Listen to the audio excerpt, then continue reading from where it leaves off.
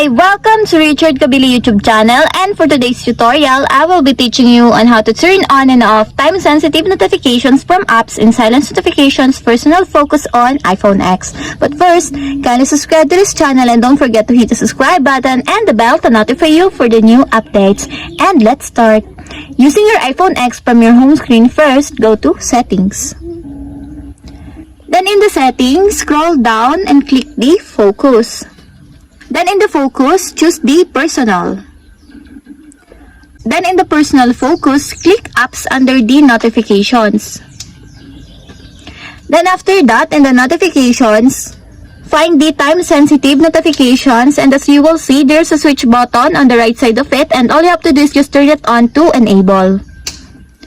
When the time-sensitive notifications is enabled, it's allow apps that are silenced to send notifications marked as time-sensitive immediately. And if you want to disable or turn off, just press again the switch button to disable. And it is now disabled. And that's it. We have successfully turned on and off time-sensitive notifications from apps and silent notifications personal focus on iPhone X. If you have a question, kindly comment down below, and don't forget to hit the subscribe button and the bell to notify you for the new updates. And thank you for watching!